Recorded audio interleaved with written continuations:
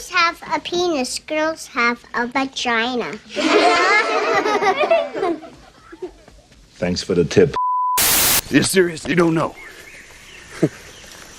Everybody knows you never go full retard. The fatties are getting skinny, the word retard is on the rise again, the emos are coming back from the dead, and we're advertising hot women again. We are so fucking back! We are back, baby. We are fucking back. We're back. Classic. We are back.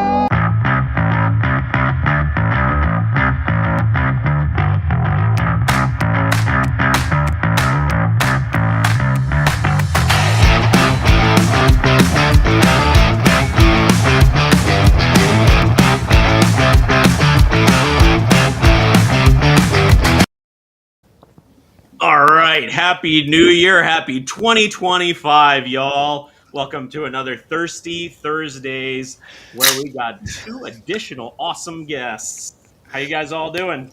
What's going on? Doing all right. That intro hits, bro. I try. That was sweet. I loved that. Yeah, I try to make it as funny as I can, whenever possible. No, but I mean it's a major topic of conversation: the death of woke. Look. Now you got the people that are on my channel. They're telling me I need to do an intro like that now. Come on. Hey, I could. I mean, I have to be funny some way. I know I'm not a funny guy, but there's memes, and I'd like to send them around. It might piss people off. It might not. Whatever. Just enjoy yourself, man. Enjoy yourself. Just bask in it. You send some funny memes to me, Paul. Yeah. So don't sell yourself too short. I mean, I do overset. When I'm on Instagram, I start sending to like 20 people at the same time if I find something funny. Which you guys are definitely on the list, and with Kyle. I will say though that I don't think it's the death of woke. I think we're watching it slowly die, and it's amazing. Still around. Yeah, I don't want to get ahead of ourselves. Like everyone's like celebrating that, and it's like there's a few things that I need to see first before we can like. We'll see what happens at the Oscars. Right. Well, we already saw nominations. Oh, the dude who's pretending to be a woman who's in the actress category. Who might? That's a good way to start off this live stream right now. I really actually hope he wins, just so all those women sitting there in the audience can just like just see them like their faces just fall even further. It is the dawn of a new day though, because we can say I hope he wins. But yeah, it's great. Have you guys seen that movie or seen anything? Nope. Yeah. So like I worked on this like award show a couple months back, and like I had to use clips from that movie. I'm not kidding. It's fucking terrible. Everything about it is god awful. So just from like the 15 minutes that I saw. It's a musical, isn't it? Yeah, it is. I've seen clips of it. It does not look good. And oh my gosh, Selena Gomez, Lord have mercy.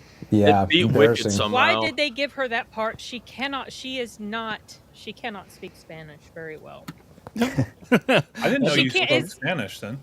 Well, I don't speak it fluently, but I can tell when someone can speak it and when they can't. And she was not raised speaking Spanish, so and she obviously, I don't know, she was a terrible pick, and I don't think she's a good actor either. What movie is this again? Amelia Perez. Amelia. It sounds like somebody is like trolling the Oscars every time that came up in the nominations. What the hell is that? Right. They got like 13 random nominations. Spanish name or something. It got the most. There was a bunch of snubs actually, namely Robert Dune. Eggers for Nosferatu. Nah, Dune. Well, Sing Sing was snubbed. Like what the heck? We got a couple. Sing, yeah. Yeah. Dune got a few nominations. Yeah, Dune got a few nominations. But didn't get Best Director though. That's a snub.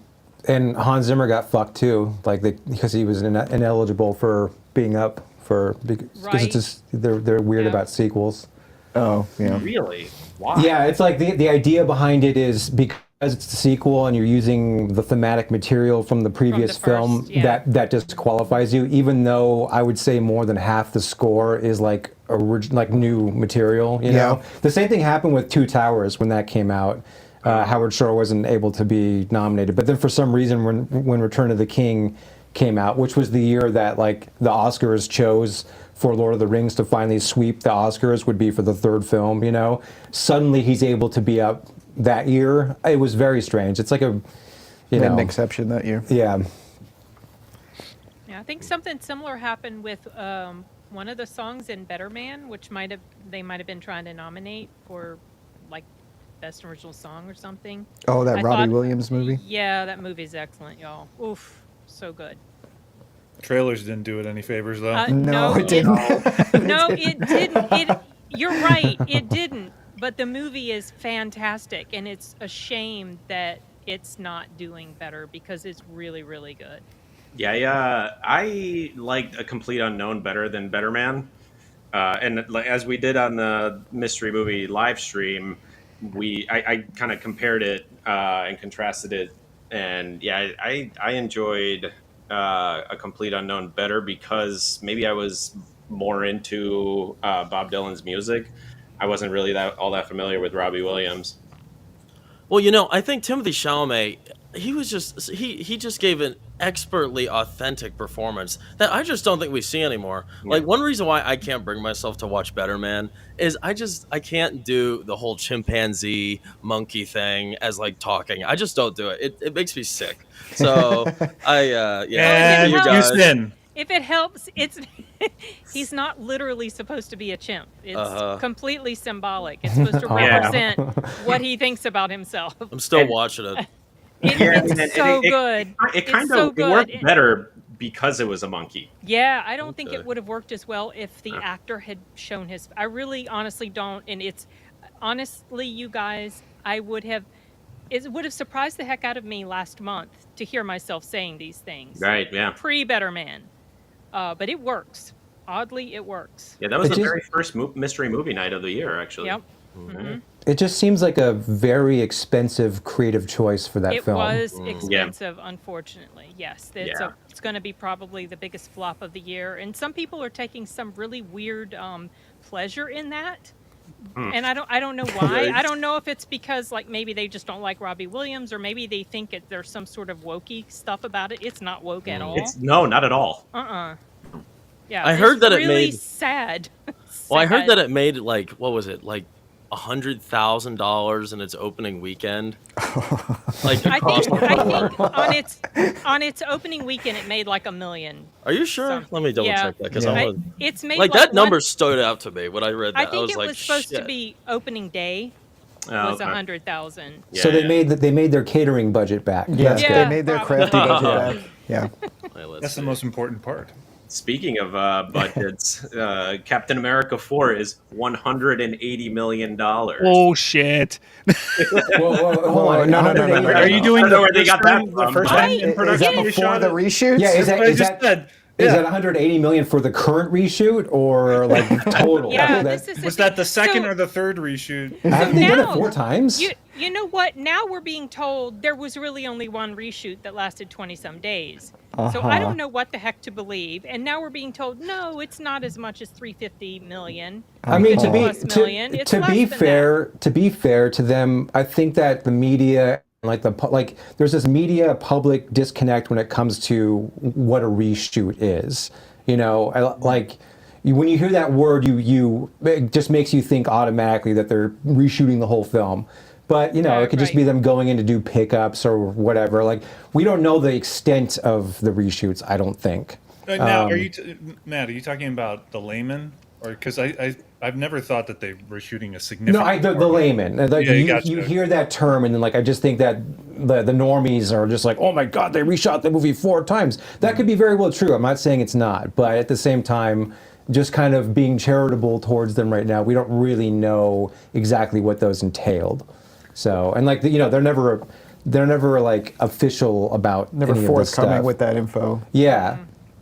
I mean, the one thing we do know for a fact that was reshot was adding Giancarlo and Esposito into the movie. Yes. That's so true. once we see the movie, when we see how big of a role he has in it, if it's small, we'll know, okay, maybe that was like 3 or 4 days. But if he has a significant part in it, Yeah. it could be more. Yeah. Because they took out the whole Serpent Society aspect of it, which included Seth freaking Rollins from the WWE. His whole role in the Serpent Society was taken out of it.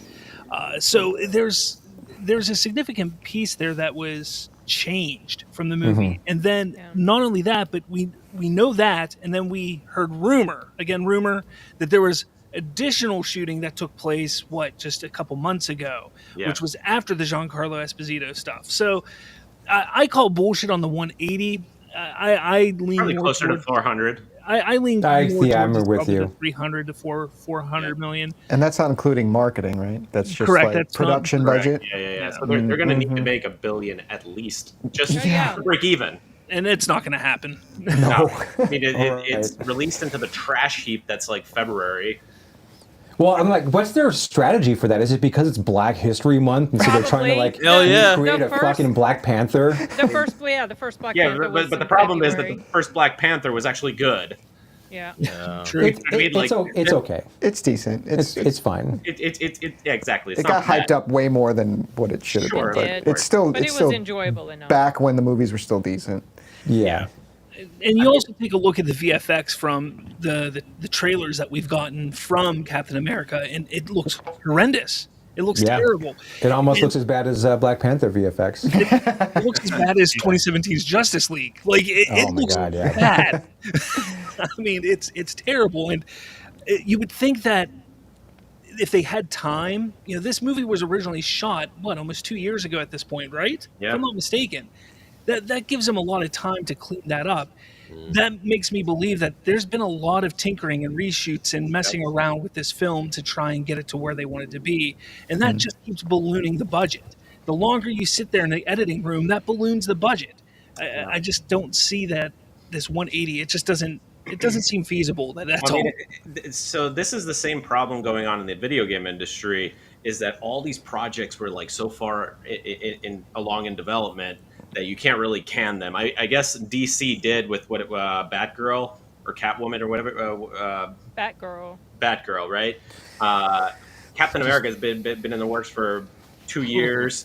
Thunderbolts, I mean, it's just a hodgepodge. Let's start with the fact that Thunderbolts was not popular back when they first debuted in, I want to say, like 1999 or 2000. It was not a popular comic. So you're going off of like this.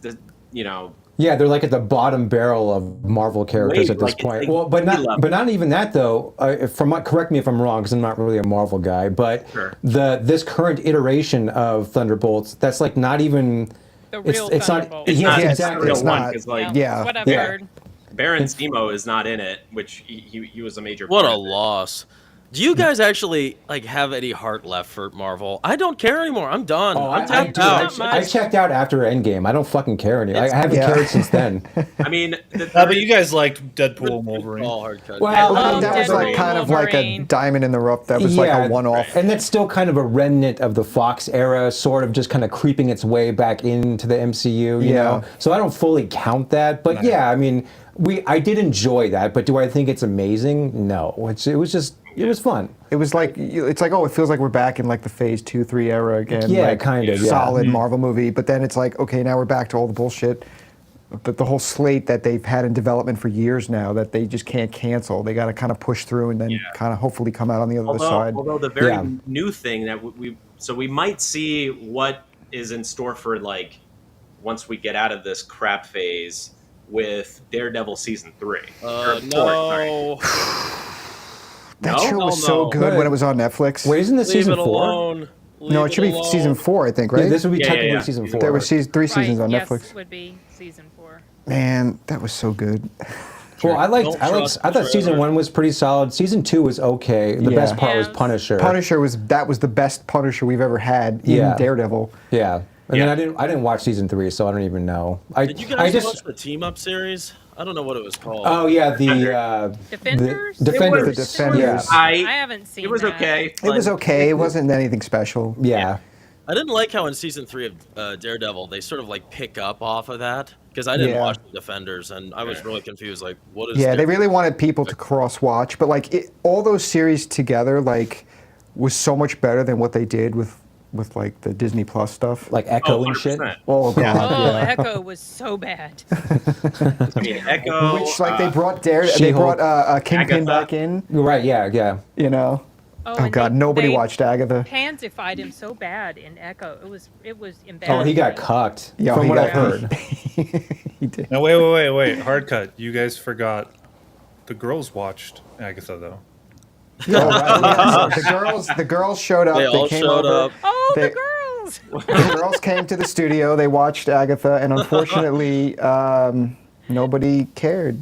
There's not that many girls after all. And not Don't that worry, many don't- girls after all. Don't worry, they're talking about a second season. Don't worry. Gosh. Yeah. I think Make it it's stop. all that crap is gonna get canned. So they have what? Captain America 4, Thunderbolt, Fantastic Four. and allegedly Fantastic Four. Yeah. With- That's going to usher in the new phase, right? Yeah. Well, are With we Doom. talking about just the films right now, or also the Disney Plus is there lineup? supposed to be a? Oh yeah, we got Fantastic Four series? Ironheart. Ironheart's coming in what? And Wonder Man. Yeah, so June. this year is Oh. Daredevil, Ironheart, and then Wonder Man this year for series. Jeez. Shit, we don't really review TV stuff, but we might have to do Ironheart. Oh, that's gonna be that comic sold so poorly. When that comic came out, nobody wanted it, and then they're like, "Hey, let's make a TV show."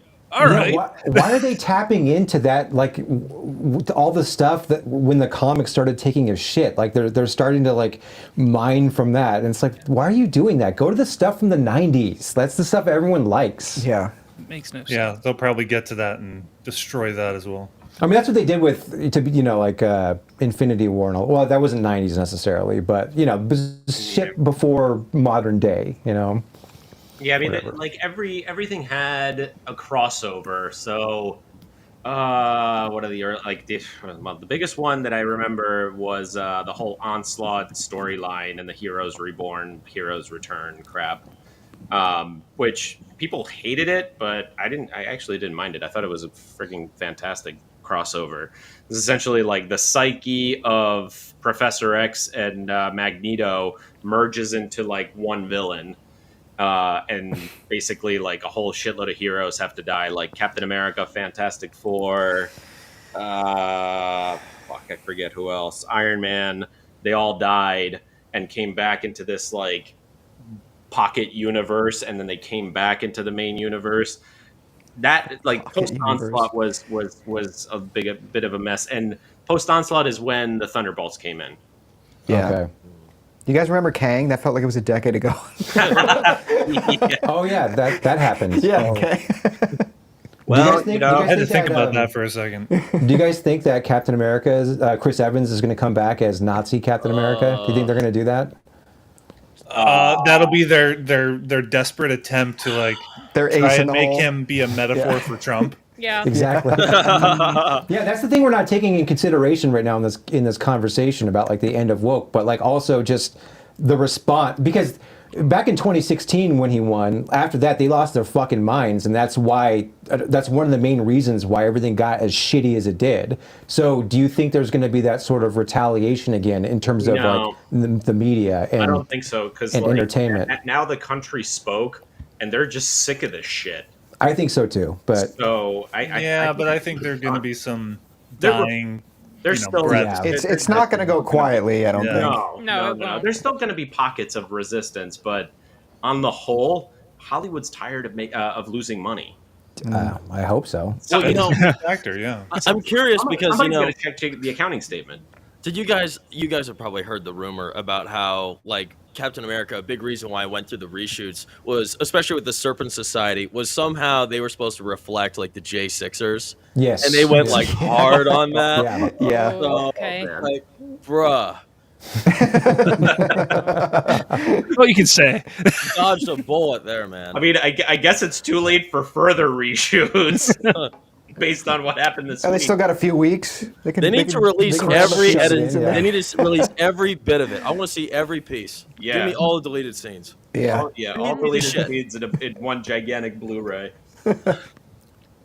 Yeah. Oh my gosh. If I could swing back to Fantastic Four, I had to look it up because I wanted to double check. But since we're going to be talking about Wolfman today, you guys are probably aware that the main, like the mom or like the wife, she is playing the Silver Surfer. Silver Surfer, Like, yeah. oh gosh, make it stop! I can't take it anymore. A 12-year-old boy is playing the Silver Surfer. She's playing Shalabal, not I do not have Laura to Rat. defend. I do have to defend Julia Garner, the actress, because she is fucking phenomenal in both Ozark and that one little miniseries on Netflix where she plays the fake heiress or whatever. She's fucking fantastic. No, she's a great actress. It's just it's more, and I know she's not supposed to be the actual Silver Surfer, but it's just the fact that, of course, we all know why they did that. Yes, exactly. Why So, we know they're introducing that one before Because they, every single Avenger has to be like gender swapped at this point. Yeah, exactly. And it's like, of course, that's the first one we're going to get is the chick Silver Surfer, Yeah, right? so no thank you. I was halfway interested in it. I mean, Pedro Pascal's kind of at this point for me, but when I heard what they were doing with Silver Surfer, I was out. I don't think I'm sick of that guy's fucking face. Yeah, me too. He's not a bad actor, but he's a good actor. I'm just tired of him. He's just everywhere. Why is he in everything? He's not that good. Like he's fine, but holy shit, they're making this like big deal out of him, and I don't get it. Pedro Pascal, right? Yeah. Yeah, he's like the new Jai Courtney. They're trying to make him happen. Jai Courtney. The slightly more talented Jai Courtney. Yes, I agree with that. Yes. But you know what I mean. Yes, I completely agree. Yeah. Shoving it in your face. Hope for Life saying we need to get rid of Smart Hulk and get good old violent aggressive Hulk back in the MCU. Yeah, totally That's a agree. good point, actually. Yeah. Well, we got Red Hulk coming. I mean, honestly, Woo! Mark Harrison Ruffalo. Ford is look. I love Harrison Ford, but come on. Yeah. What Oh, was that guy. he thinking? Yeah. Do you guys think that Harrison Ford did all the mocap stuff for it? Yeah, right. Hell no. Please. He's going to be on fucking autopilot in that movie. I guarantee it. Where do I stand? Where's my mark? Can I be sitting down for this scene? Yeah. Is there a chair? I just want to sit down, okay? Yeah. Harrison, don't you were so adamant that you do your own stunts when you did Indiana Jones in the 80s. I was like, I don't fucking care anymore. No, nobody knows this, but they superimposed my face onto the stuntman. Nobody knows that. Yeah, Captain America's gonna be a fucking mess, but I'm definitely gonna be seeing it.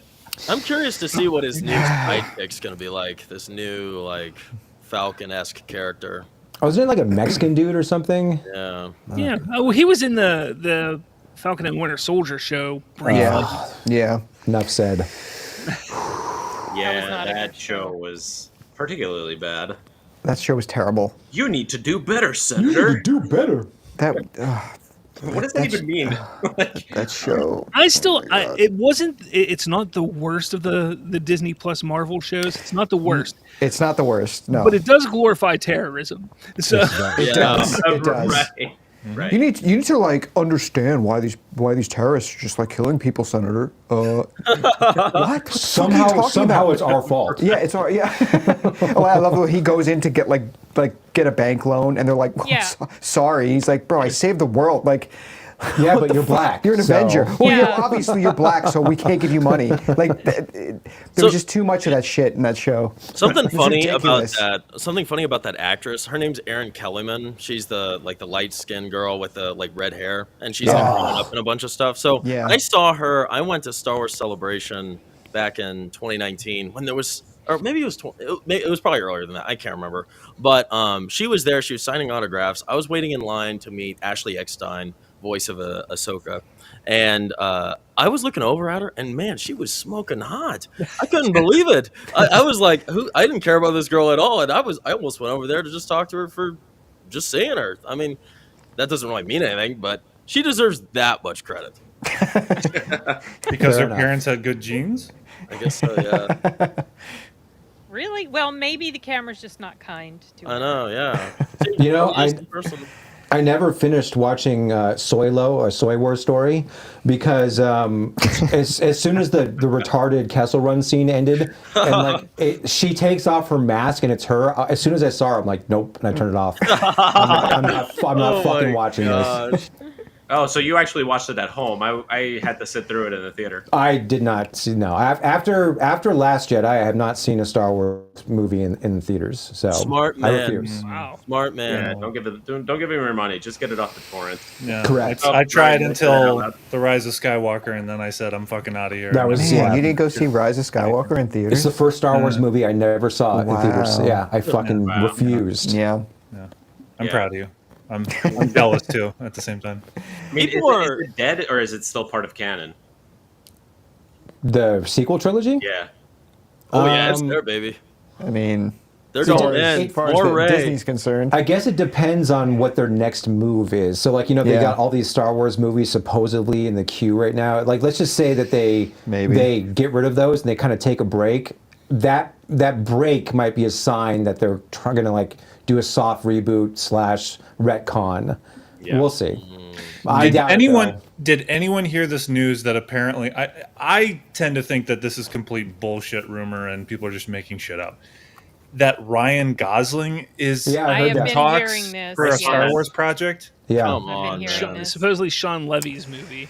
Please. First of all, none of those are actually going to happen. Like, Probably not. Let's not kid ourselves. It's like the Ray trilogy. That shit's not going to happen. Oh god, Ray no, that's trilogy. Well, I also heard a further rumor about him. Like, and you guys just let me know what you guys think about this. That the film that he might be in, it could be a Shadows of the Empire film, and he might be Dash Rendar. Okay, Fine. If that's true, I'm in. I'd watch that. I'm in. Just one of the rumors that I've heard. I don't know. If that's true, June I'd just watch suddenly changed. I don't even know why. The vibe has shifted. The tone has shifted. Don't give them any of your trust. Don't That's give them because any we're of all your about the trust. same age, and we all grew up with a Nintendo 64 with Shadows of the Empire. Yeah, man. That's why. Dash I just Rendar. didn't play that. I grew up with an N64 as well. That was a great game. Yeah. It was a phenomenal game. Star Wars. Yeah. As opposed to Star Wars Pod Racer. Ah, yes. I had that too. I never Rogue played that. Squadron. Come on, there's so many good games back then. So good. Yeah. Yeah. You know, the as old, much the old Star Wars games were great. all the Rogue Squadron games were great. Yeah. I think Disney. I'm a Obviously, we all boy, can't stand okay? Disney. You all can stay No. with your Star Wars. As bad as Disney's been, I think they're finally starting to tread towards a brighter future. I don't feel that with Star Wars at all. I still don't get that sense. As long as Kathleen Kennedy's in there, Correct. with all her cronies, they need Yeah. a clean house immediately, and we can't have any sort of faith in them until that happens. I mean, George Lucas needs to come back and get his ass in there and get to work. That's the only way. He is not coming back. That's I hate all to we break got. it to It's you, man. over. He's not coming back. It's over. Has anyone watched Skeleton Crew? I did. tried. I I did. tried, and I'm Hard to like, finish. what the fuck is this? Look, And then people are I'm a glutton for punishment, but I actually enjoyed it. I will say that I didn't know it was a kid's show. it was a kid's Yeah. show, and it 100% is a kid's show, but it is enjoyable. It brings that sense of adventure back to Star Wars. That's what I heard. And that's what I enjoyed about it. It like didn't have a whole bunch of Goonies. action. It didn't Goonies have a in whole space. bunch of ridiculousness. There was a couple, like there's this one episode that I felt was just completely ridiculous and unnecessary. But one out of 7 or 8 episodes, I was pleasantly surprised with how much I enjoyed it. I thought it was pretty good. Probably not as happy as I was with, like, say, Mando season 1 or season 2, but definitely enjoyable to the point where I'm like, yeah, you know what, I wouldn't mind seeing another season of this, but it's probably not going to happen because it did Because terribly nobody watched it. Exactly. Yeah. Yeah, I mean, I didn't find Ahsoka that bad. It had its faults. I actually don't mind Rosario Dawson that much. I don't know. Is Ahsoka coming back for a second season, or I think Yeah, it is. there- Yeah, it there's- is. Yeah, that's coming for a Sabine second killed season. it, man. Sabine killed it. I think it had a lot more potential if she would have just been gone. My problem with that was, why does, and I don't know what Dave Filoni's obsession is with everybody having the Force. Like, I just look, I liked Ahsoka. I thought that show was pretty good, but I don't know why everybody has to have the Force. Just stop. Like, enough with this. Enough with that. Like, just Jedi. That's Sith, because Dark Force everybody users, can be a Star Slav. Everybody's a unique snowflake. you very unique snowflake. Just give him purple hair. Oh wait, Sabine has purple hair. Damn it. Yeah. I mean, and Thrawn could have been a little bit more menacing than he was. Damn, maybe. He didn't get away mind with much for the super genius in the galaxy. He didn't get away with much. Right. Barely outsmarted him. Three people. Honestly, I wouldn't have done it in show format. Like, he is... It was kind of a waste of his He character. deserves his own trilogy. He was did. so good in the Heir to the Empire trilogy. Yeah. They really fucked that up not doing that as the sequel trilogy. Oh, they still could. I mean, they'd have to, like, de-age Mark Recast. Hamill. Just recast. Yeah. At this point, just recast them. Have what's his face? Sebastian Stan come in. Sebastian Stan, he could be Luke. Yeah. Like, just do it. People will be like, "Oh no," and then they'll get over it in 2 seconds. It'd Like, work. it's just, It works so well. As long as you have competent people making it, yes, people will be fine. if the team is competent, like, people will overlook that. You have to. If you want to keep the stories going with those characters, you have to recast. Everyone forgets that the original Star Wars trilogy cast, like Mark Hamill, maybe not Harrison Ford, but what the hell's their name? Carrie Fisher. They weren't good actors. Like, Not Mark really. Hamill was Mark, not a good Mark actor. Hamill was not considered a great actor of his time. He was kind of shit. The only good thing he was ever in, aside from Star Wars, was the Batman animated show. Yeah, he did a great Joker voice. You didn't like him as the trickster in the Flash show in the 90s? Come on. Oh, the trickster. Yeah. Okay. Fair. That show was awesome. Fair point. Yeah. The problem with Mark Hamill is that he can do over the top. That's why he's good as the Joker, but he can't do normal. Correct. Yeah. I agree with that. I mean, Some actors, yeah, he was they have pretty that damn good in The Machine. issue. I don't know if you guys saw that movie. Oh, The Machine. I did not like the machine. Really? What the hell's No the machine? way. What's the Oh, Machine? funny. I didn't laugh at all, man. Mark Hamill was the best part of that. Oh, I I'll give him remember that. that. Yeah. Yeah. Oh, comedy. yeah, I forgot about that. I went just to see Mark Hamill. I That was like back that before I movie. really knew him. The movie was funny. It was. I think it was the dude from Cobra Kai as the younger Bert. Bert Kirshner. Yeah, there you go. But yeah, I thought. I mean, he was decent in that. But yeah, I particularly love. I want to say this week on Monday. He's like, I'm quitting Twitter. Mark Hamill said. No, you're not. No, you're And not. 8 hours later, he's back tweeting again. You fucking idiot. Like, fuck off. I thought he left and went to Blue Sky. Well, he's probably on there too, but I wonder if he's gotten mass reported on there because they're all fucking telling on each other there. Oh, really? I don't even know what the hell Blue Sky is. Niche website. yeah. I didn't social even media. create an account. Blue Blue Sky. Sky is like the echo chamber that Twitter used to be for leftists. Did Gavin Newscomb found that because he was the one promoting snitching on neighbors during the shutdown? True Oh, story. man. Yeah, and now he's basking in the glory of wildfires. Yeah, fresh fires over in LA. Yeah, I mean it's a It's just shit show. as much as that sucks. It's kind of great seeing his like 2028 chances just like shrink every day. Oh yeah, Yeah, but they'll still elect a Democrat. Oh, of course. They'll just get a new scum. Yeah. yeah. I mean, so are there term limits in California? Yes, I believe so. Well, I don't know because Jerry Brown came back. It's like weird how they do it. I can't remember exactly how they do it, but yeah. I mean, look, when they had the recall, Larry Elder did okay, and that was before any of this happened. Yeah, So he carried a lot of the state. yeah, and so at this point, I used to, because I was in California back then, and at this point, yeah, I could see if they were to do that again, he might get kicked out. Fun story, like right before that whole recall thing went down, I was invited to a wedding where the governor was there. I shook I was fucking 18 years old, but I shook the guy's hand, Governor Gray Davis. And then, God. literally, like 6 months later, they recalled his ass. That guy sucked. It was fucking terrible. Schwarzenegger was bad too, but not as bad as him. Yeah. It's Schwarzenegger. Yeah, he cucked. He totally so cucked. He was like the Every time definition I'm of a in the fucking governor's wino. office, I feel like I'm coming. I'm coming. I'm coming. You do good, Kyle. I'm in California. and I'm coming. He told that Kyle does some good impressions. We had a very good conversation when I was in Austin. Oh yeah, your passengers conversation. It was great. Yeah, that was a good. I like that. Oh, you guys watched it, yeah? Yeah. Sweet. I haven't watched it because I haven't seen the film yet. I talked to Kyle about this. I haven't seen it yet, so I need to watch that, and then I'm going to watch you guys' video. You definitely got to watch Passengers. Dude, definitely, yeah. Let me know what you think. I don't if it's in the comments or through text. I want to hear what you think of the movie, and then talk about it. I mean, yeah, there's been multiple people that about that movie. There are multiple people that have told me that I would like it. So, yeah. I own it. I just haven't watched it.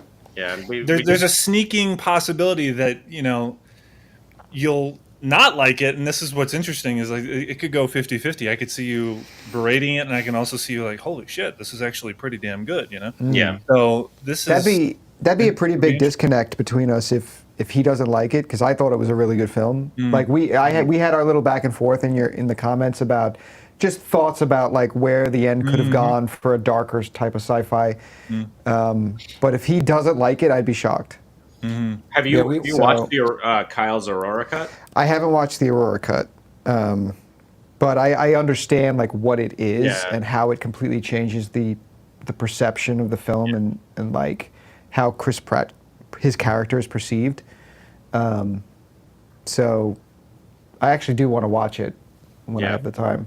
Yeah, you should. And then the other conversation we had with Kyle was Yellowstone. I don't know. Are you posting some of that, Kyle? I think that's just going to remain a short because we really didn't talk about it that much. But speaking of Yellowstone and Brawler, I watched your video on the conclusion of Yellowstone. You hit on all the right points about what was wrong with that. And not enough people are talking about that. No. Because of how great it was and what Sheridan has done prior to part 2 of season 5. But damn, yeah, that immediately upon the first episode of part 2 was, what the hell is happening? Yeah. We open on the episode, and Kevin Costner, John Dutton, is dead, and Beth is weeping in the driveway of the governor's. Down the driveway, and the EMTs are there already. It's the morning after he got assassinated. So it's the pain. I mean, it's like whatever. I guess it's Paramount, right? Whatever they were doing, this poor Taylor Sheridan.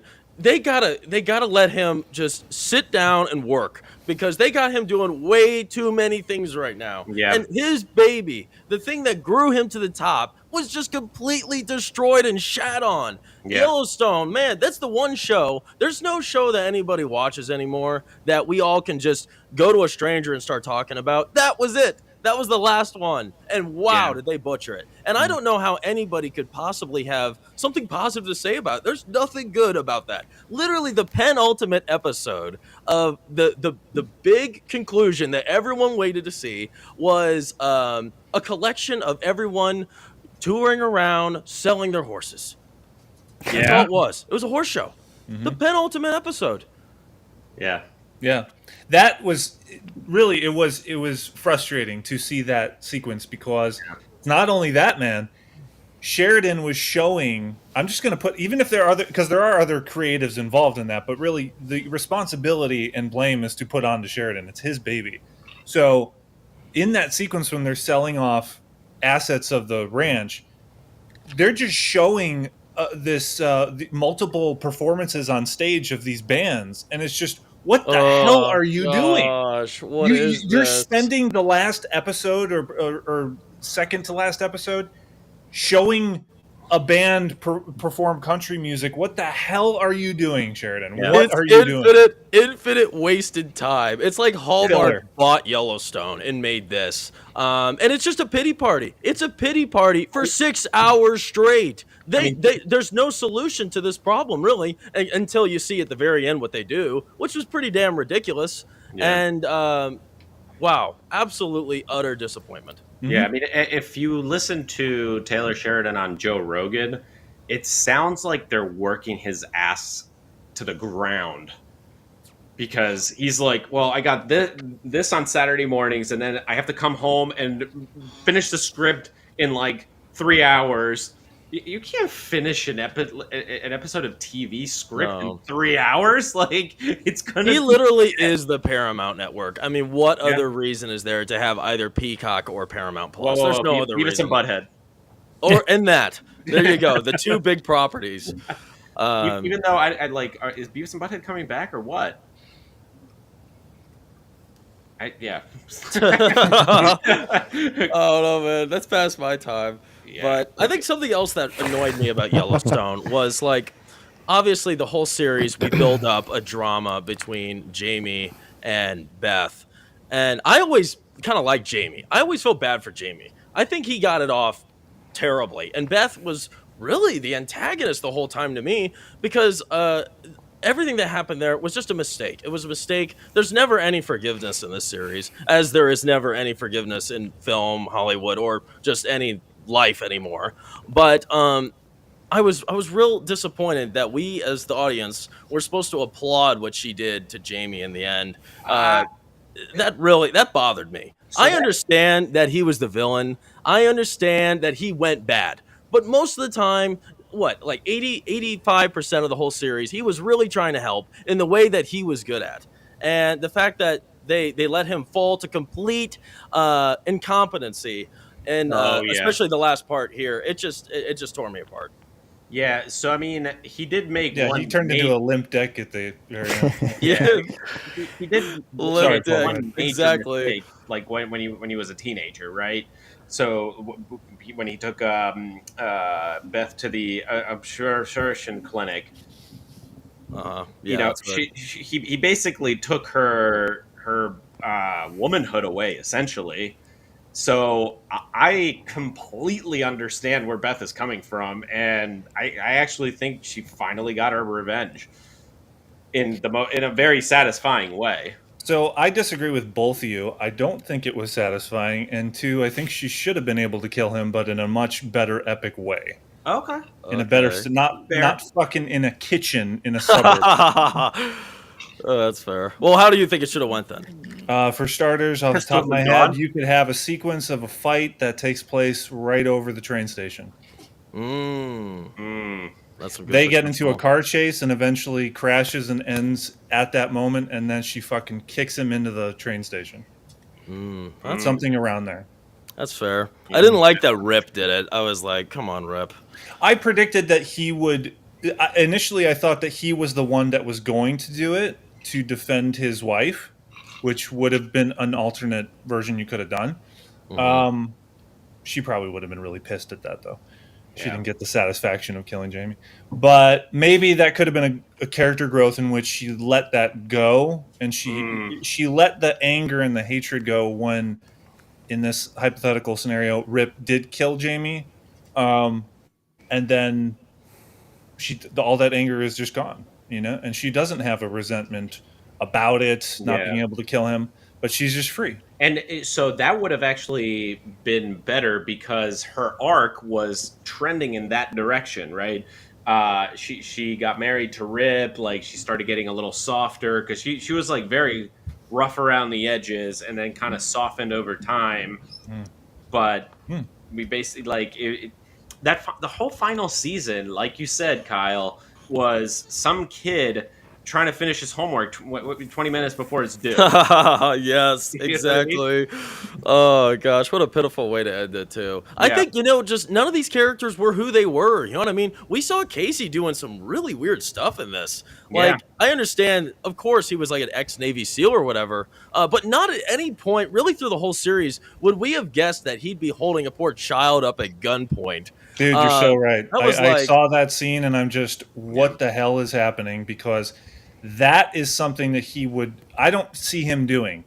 He's a lot more sensitive of a person than the other Duttons, and he would have been a lot more considerate of putting a child who has no involvement in this situation whatsoever.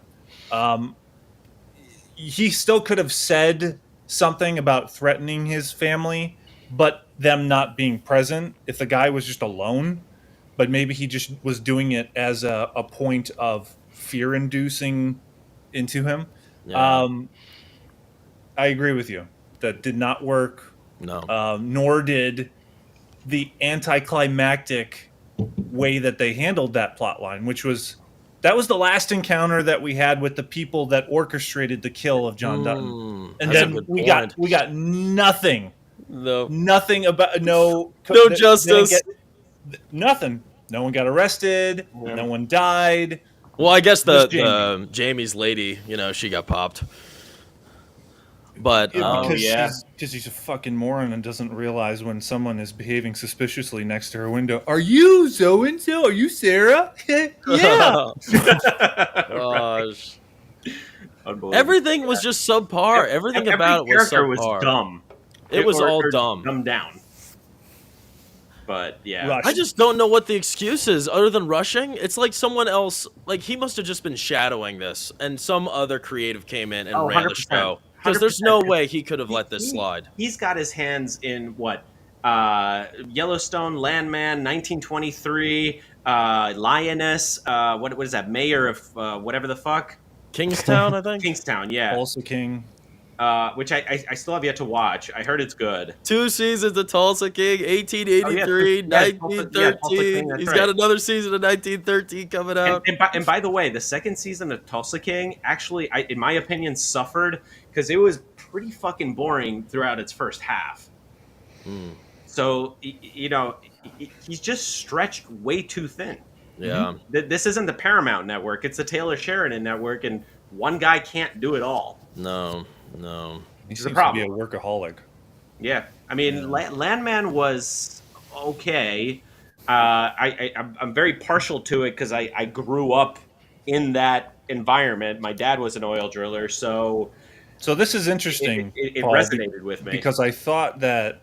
Yeah, I know about that connection there, but I thought you looked on Landman pretty well. But after, so you feel differently after the whole season. Yeah, I finished it, and it's a family drama, and there's all.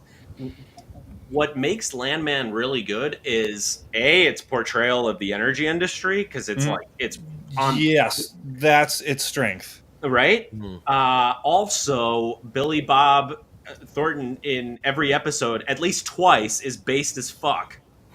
The numerous speeches that he gives just tears the fucking like the global climate warmer people, climate change people. Well, it's not even that. Yeah. It's that people like my favorite thing that's going around Instagram and all the shorts and everything was when he talks to he brings the lawyer lady out to the windmills out in the middle of nowhere, and he's like, yo, oil is in every fucking thing. It's in your shoes, it's in your lipstick, it's antihistamines. Like it's the whole, like what we take out of the ground, there is like nothing, no atom is left like on the hydrocarbon chain after we get it out of the ground. It's just, we use it in absolutely everything, and that's what people just don't get. And I'm glad that pop culture is finally educating people, because I mean, nobody's going to sit through Daniel Yergin's The Prize. That's a big beefy fucker of a book that's like 900 pages, but it makes that book digestible in a pop culture way. Which is actually one of the subjects of my upcoming videos. I actually discuss The Matrix in the same vein. So Sheridan excels with that writing. Yeah. On that show. Yeah. The Billy Bob is great. But he actually understands the industry. Yeah. Not many people do. He's been around for a while. Yeah. Taylor Sheridan. Yeah. I love I don't know if you guys see the couple guys that do the Sons of Anarchy podcast, and they talked about the story where Taylor Sheridan just kind of like disappeared from Sons of Anarchy because he was on there for I think the first season, maybe two seasons. Yeah. He dies in season 3, and it's so random when he got killed. Exactly, it's just really random. He just disappears, and it's just because he was done. Him and Kurt Sutter kind of got into it, I guess, and he ends up leaving, but it was for the better because he ends up going and doing all this stuff. If he stuck around there, would we have ever gotten to here? Megan the Texan says Landman is pretty good. The son Cooper sucks though. Fucking beta. I mean, with the whole storyline with the girlfriend or whatever, that's bullshit. Yeah, he's taking sloppy seconds of a guy Yeah. that he was involved in almost I don't give a shit. About arguably that. maybe killed her husband, and then Well, he's right, yeah. yeah. That storyline just doesn't make any sense. But when he's starting his own thing, that's super fucking interesting about the mineral rights and Again, going back to when you keep it oil centric, yeah, to the business and the industry, then it's an interesting show. Yeah, the family life is way overplayed. A little bit. I think the casting of the daughter is fucking ridiculous. She's Why? a 28-year-old actress playing a 17-year-old, and she looks her age. Right. And the mother is look, she's a great. I like Ali Larter. She's always been a good actress. Oh wow! But Ali the Larter's writing of the character of her, how many times are they gonna fucking play that dinner scene where she makes something, puts a lot of effort in, expects to be praised and fawned upon, and oh, this is wonderful, like eccentric meal, and it's exotic, and the rough and tumble guys just want fucking steak and eggs, and she's pissed off about it. He runs out of the room crying, and then Billy Bob goes after her and tries to explain to her, just keep things simple. Listen to what stop expecting things just over and over again. It's the same scene. Kyle, but that's the whole point. She's the gold digger who has zero substance. You know what I'm saying? This is what you have to deal with when you date a gold digger. The same thing over and over again? Yeah. Yeah. Okay, but it's not as entertaining and appealing to watch it in the show, though. Although you could take it as, you know, a warning to men. Hey, in the words of my AP US history teacher, may he rest in peace, quote, don't go for looks, otherwise you'll wake up at 70 with a whiny bitch. Big sage advice. You know, God rest his soul. Ed Powers, he was a phenomenal teacher. But yeah, so that's the whole point of Ali Larter's character. I think it serves as a warning to all men. Is the show over with? Season 1 is. I don't know if they announced season 2 yet. No, they'll get there. I don't need the family stuff. Yeah, I mean, it's a bit much. I like it when it's in the business. I do like John Hamm's character, but I guess I don't know. Can we get into spoilers? Everybody's watched it, or I haven't watched it, and I'm planning on it. We haven't seen it. Don't worry about spoilers on my account. I've never really. Well, no. If people are gonna, so I don't want to say. Yeah, I don't want to say the end. The end, but John Hamm's character was pretty great in the terms of like the exposition of stuff, like educating the audience on the energy industry. Like his meetings with all the oil executives, it just provides a hell of a lot of context that people just don't understand, or fail to, or just don't pay attention to it. Like I'm into energy because I grew up around it. You know, I find it interesting, but 99.9% of people don't. And I get why he's putting the family drama stuff in the show. It's a way to hook people that aren't much into the oil industry. And I would count as one of them. I don't know if I would watch Landman. Maybe if it was, you know, intriguing enough and had some thriller aspects to it, which it kind of does with the cartel. It just then write better family drama stuff, because the son is a bitch, the daughter is a slut, the mother is a superficial gold digger. There you go. Yeah. Right. I mean, that's what used to be so good about Taylor Sheridan, especially 1883. I mean, just the relationships and his take on the human experience. Yeah. I mean, wow. How can you not fall in love with these characters and feel for them genuinely? So it's disappointing to hear that they really missed the mark, but that doesn't surprise me. To that point, even before all this, Hell or High Water. Well, even before that, he wrote Sicario. Oh, yeah, that's what it was. Sicario. Yeah, exactly. Yeah. Man, the teeth on that movie. I mean, where is the teeth? are the teeth that Sheridan had with these movies before? Like, you know? Yeah. Yeah, Like, dude, and he's Wind just- River is amazing. Wind Yeah, I River. saw that. I love that saw movie. too. And the fucking whimper that Yellowstone went out on, it's just He's spread too thin. Unbelievable. Unbelievable. Well, I'm sorry, guys. I got to bounce. I'm going to see Flight Risk right Oh, now. yeah, go for it. Yeah, I'm really looking forward to that. Yeah. I would have stayed, but like I said, I have a group of 8 other guys who've been planning this for a little over a week. So All good, pretty man. Have a good exciting. time. We're supporting our friend Mel Gibson. We're giving him our money. We're putting asses in the seats. We're supporting masculinity back in Hollywood. Tell us what you got coming up on your channel. Give him money so you can make Resurrection of the Christ, Yes, right? sir. Yeah, Yes, let's sir. do that. Absolutely.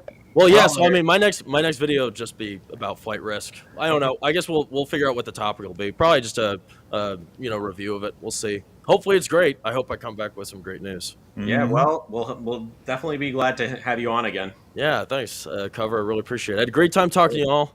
Yeah, good Pleasure talking to you, meeting man. I'll see you around. Enjoy, man. Yeah, enjoy the movie. All right. Well, there were 5. And then there were 5. Well, actually, technically 6, because hard cut, it counts as 2.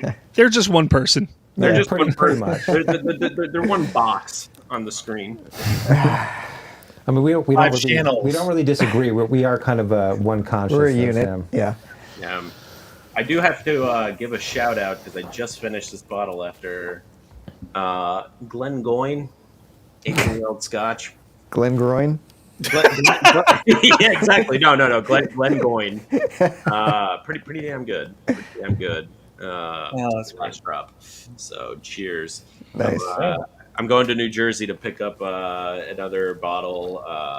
I'm a huge fan. I don't know if you guys have had it. Highland Park. Yeah. 18. You know, I like my whiskey to be able to vote at minimum, preferably to drink itself. And honestly, on a good day, I would like it to be able to rent a car. 25-year-old whiskey is pretty fucking good. I'm gonna go get some liquid. I'll be right back. Yeah. So yeah, we talked Yellowstone. We talked Landman. How about we talk Superman? Because we got Slav.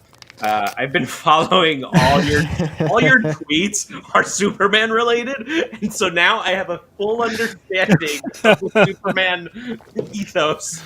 Okay, Slav, fill us in because I don't know what your take is on the Superman trailer. That's all we got anyway. I mean, I can fill you in. but yeah, Not even a trailer, a teaser. It's a teaser, yeah. it's more than a teaser. No, it's a teaser. We don't know what the plot is. Excuse me, but you grew up with 90s teasers, the true kind of teaser, which was like a separately shot scene. Yeah. Terminator 2, Godzilla. Sure, yeah, but then we got that's full trailers after that. Yeah, and they do teasers differently nowadays, man. What You are know talking that. about? I don't like them. Superman. Well, hold on, Phil, Matt, we're arguing about what is a teaser. The best teaser trailer ever made is the teaser for Terminator 2. That's Agree. hands down the best. There's nothing that will ever. Yeah. Yes. I remember when I was like 10 when Total Recall came out on VHS, and I begged my dad to watch it, and he let me. So before it started, that fucking teaser came on, and I was Yeah, like, "Oh it's shit! so good. They're making a second one. This is so awesome, and it's so fucking cool." Did you guys know that Stan Winston directed that teaser trailer? Yeah. That's so cool. Yeah, nothing's better than that. My argument is that is what a true teaser is. You will have Correct. a separately shot scene Yeah. that will tease the trailer in the movie. But they don't do that. Okay, so the Superman trailer is a trailer / teaser. It's not a total Yeah, do you teaser. remember the teaser to Face Off, where it was John Travolta talking to the camera, and then Yeah, the and camera was yeah. circling around him, Yeah. and then he's like, and the only way to stop him is to become him, and then he's Nicolas Cage. Fucking dope, man. I mean, so the other teaser that I liked vaguely through the cobwebs of my memory was The Matrix. 'Cause you had no fucking idea what that movie was going to be about from any of the trailers, even. No, you didn't. I thought that, I remember when that was coming out, he had just done Johnny Mnemonic a couple years before. Yeah, And I it's was like, like, oh, what's fuck, this is this going to be like bullshit? another Yeah. cyberpunk bullshit adventure? Yeah. But no, it came out, that movie, like, seriously. Set the standard. Dude, it, like, that's Yeah. one of the few movies I've seen in my life where my mind was blown. And I was like, holy shit. 100%. We just witnessed something so fucking cool. I literally, like, got tickets again to see it right afterwards. Like, I fucking loved it. So my thing was my sister took me to see it. I was I want to say 16, because I couldn't drive yet in New Jersey, and she brought her boyfriend with her, and so they were fucking making out right next to me, and I'm like, fuck. So I was just like forced to pay attention to this movie, and the whole time I'm sitting there thinking, I'm like, yo, I'm watching something special right now.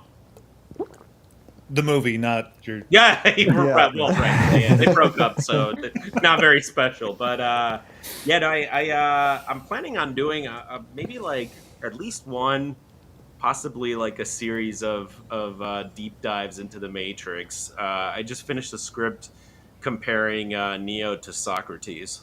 All right.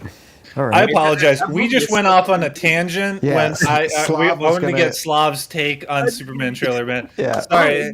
Sorry. Go ahead, man.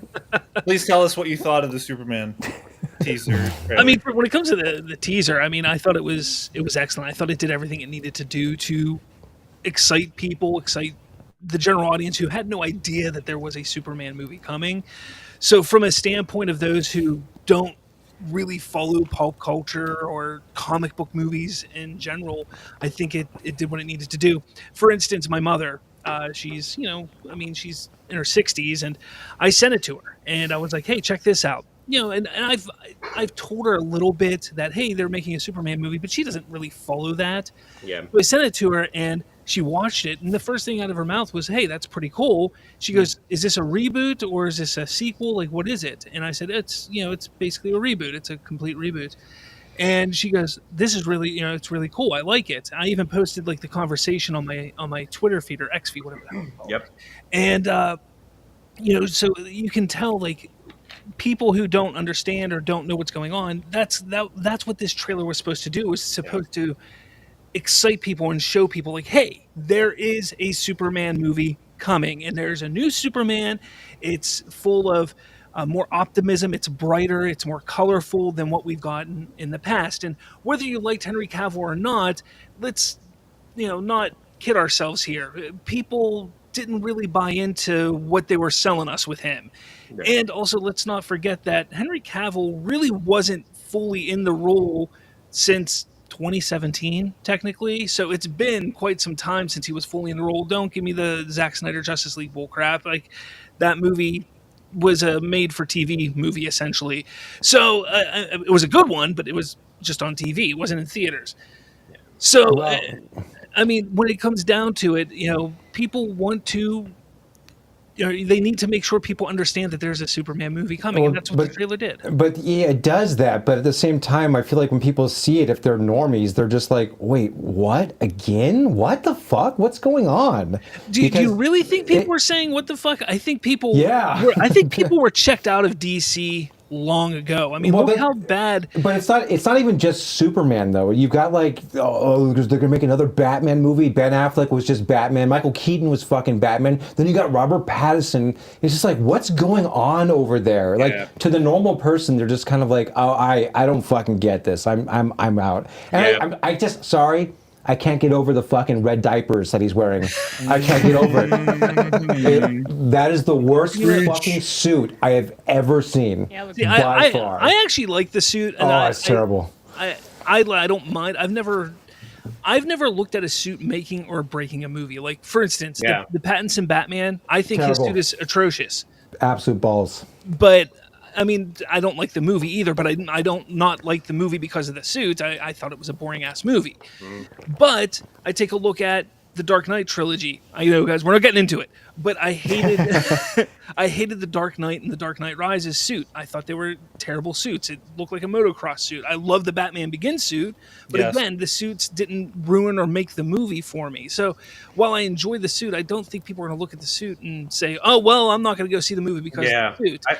It looks so dorky, though. I don't think the suit is that bad. And I do enjoy the fact that the color grading is like nice, colorful. It's like all the DC movies over the last 10 years have been like this like weird washed out. And okay, look, is it brighter? Yes, but there's still some like weird shit going on. And like normally when you shoot outdoor sequences in the daytime, you have like like huge diffusion canopies up, so it like softens the sunlight. Mm-hmm. But when you're watching that, everything is like really harsh. The sun's hard. It makes it almost feel like it's shot with a fucking iPhone or something. In some of the shots, you got the harshness, but like also the color grade that they chose, like teal. There's like very like bluish teal shadows and. I don't know, like for people who don't look into like the cinematography and stuff, like it just subconsciously like looks gross. Yes. And like you could say what you want, like the movie's bright, it's colorful, whatever, but there's a tone to it that is unappealing. That might be personal preference, but like as a cinematographer myself, like my brain just looks at that I am so turned off by the look of it. I think it's kind of an ugly looking movie, personally. I don't know. Did you notice, I want to add one thing to the cinematography aspect. Did you notice that the highlights were overexposed and blown out? Yes, they were like clipping. Yeah, there's clipping and like Matt was saying, like, it also comes down to like the time of day you're shooting. You get like these like harsh, like bright, like top-down lighting, and there's ways to mitigate that where you can shoot in that type of lighting, like you diffuse it slightly a couple stops, and like you can balance out your shadows and your lights, so you're not clipping or you're not like crushing anything. But this, they might still be like working on the color grade or whatever, but like that's kind of a bullshit excuse because you're putting this out into the public, like you're showing like the world, like this is what the movie looks like. So if you're gonna change shit. It's like, how much can you really change it and get away with it? You're not wrong, but you also said there just a second ago. You specifically stated like, I don't know if you know much about cinematography or something in that regard. Like the general public doesn't really know. Well, they don't. And that's true too. This teaser was specifically made for that, and fans, absolutely for fans, and really the comic book fans don't know much about that. And we're 7 months when this came out. We were 7 months away from the movie. Now, if this teaser came out a month or 2 months or even 3 months before and the cinematography and that kind of stuff looked like this, I would absolutely be sitting here saying that is a problem. That's worrisome. Yeah. Give me a trailer in May and let's see what it looks like. If it looks like the full trailer. Then I'll say, okay, you're right. You're onto something. That is a problem. Now, okay, you could say like color grading. Like a movie like The Matrix, right? Like you've got this like very green like tone to it, like in the shadows and everything, but there was a reason for it. Yes. So like if there's a reason in the movie why it's graded this way, then I'm all for it. I doubt that. But I don't feel like that's the approach. I think it's just like this blanket grade to the movie, and I don't really know like what the reasoning is for it. It's almost like how in every movie it's like an overuse of CGI. Now it's almost like an overuse of DI. In a film, like we have to like fuck with the color palette digitally because that's just what every big budget movie does now. Yeah, we got to give it some kind of unique color palette. Like you might be right. I can't negate what you're saying because you might be right here. And again, But you could be right too. Like most people don't care about this stuff, and that's fair. That's true, but it's still, even if they don't know, they're like at subconscious level. I think the audiences do pick up on things like that, even if they can't. Give the technical reasons as to why it looks like that. They can still tell when something's amateur. They just might not be able to explain why. Audiences don't have to be filmmakers and screenwriters to know when a movie sounds bad, the dialogue's bad, and the story isn't working. No, you're not, Kyle. You're absolutely right on that. I mean, you're not wrong. The thing is like I said, the trailer was meant to do just a handful of things. Tell the people there's a Superman coming. Show them. It's brighter, it's more hopeful, it's more optimistic than what we've seen before, that it's going to be a world filled with other superheroes, that it's not the same as the old DCEU, the one that failed, and show us Crypto, the super doc, because he was adorable. And I'm not on board No, with that that's- dog, man. I mean, Am I the only one that in the universe, Wait, at least in okay, my so- universe, that Crypto sucks. Slav, I think your assessment is fair in I think terms so of too, like but- what they're presenting to a general audience, Yeah. right? Now, we're the type of people that are going to come in and nitpick the shit out of this. Like, you know, Matt and I recorded our reaction to the trailer, and we were less than kind about it. And then like we posted it, and it got like a decent amount of traction. And then a few days later, my dad texted me. He's like, "Hey, did you see the new Superman trailer? Crypto was in it. It's so cool." And I was like, "Oh fuck!" Like, Yeah. I'm saying to myself, like, yeah, like general audiences, they're probably looking at this like, yeah, this is something new. It looks fun. It looks different, you know. And then we're sitting here looking at it like, just because we're so dialed into this world that we're nitpicking the shit out of it. But I think our nitpicks are kind of fair, you know. And, I'm not saying it's not fair to look at that stuff. And from what I've seen from your channel and your show and everything, I know how you guys look at things. I know how you like to go at things at you know. Say what you want to they're say. hard cuts, man. We don't shy away in from their it. name. But and that's fine. I mean, you know, I've decided to take a more optimistic approach to this new DCU myself because That's fair. I look at it as like, look, it can't get any worse than what the DCEU was at this point. It just can't. I can't imagine it can get any worse than it was. It can't get worse, but it can just get more exausting. It's And like you're not wrong. You're not wrong. But here's the thing. I mean, let's just say the color grading's bad, or something like James Gunn. The one thing with James Gunn I take a look at is I look at his previous work, and the one thing I will say, and I know a lot of people agree with me, I think James Gunn is a really, really good writer. He is. I think he's a good writer. And I think if he can take his writing and have a good story, he's not a fantastic director when it comes to his visual skills and sensibilities. visuals. Yeah, like he's not Mm-hmm. fantastic, but he does a good job. Like you look at Guardians of the Galaxy, they're good Yeah. directed films. They're not fantastic. They're not anything special, but they're good. In the context of what they are, I think they are well directed. And you know, you take a look at those. So I think with the Superman movie, I'm like, okay, we know what he can do directing wise. We know he's a good writer. So I think he can do a Superman movie. Yeah. And I But think he's going to he's- try and do a little more than what he normally does because I think there's a lot of pressure on him. And that's my only worry is that he might try and do more than he's capable of, which might hurt it a little bit. But Yeah. Is he I mean, trying to be the... he's an ensemble director. Like, what has he done comic book wise that has not been an ensemble? very true. Like, You're right. And you know, he does excel in those scenarios, but Superman is a singular character. but the and trailer looks like it is. the an trailer looks ensemble like it's film. gonna. But again, like, you know, you see all these characters popping up. How much are they in the film? We don't know that. You know, Well, but it seems like they brought him in not for this one movie, for this one singular character, but knowing that they had a guy that is into the ensemble. I think what they're aiming for, and Slav, correct me if I'm wrong, is that they want to make him the Kevin Feige of Well, the of course, DC. yeah. and this is that's their fair. script. But can he sit down and focus on a single character in a film? Right, Like well, I mean, this demands that. Just because we like him, that doesn't necessarily mean, and he's talented. That doesn't necessarily mean that he's right for this movie. Right. You know, so. Sure.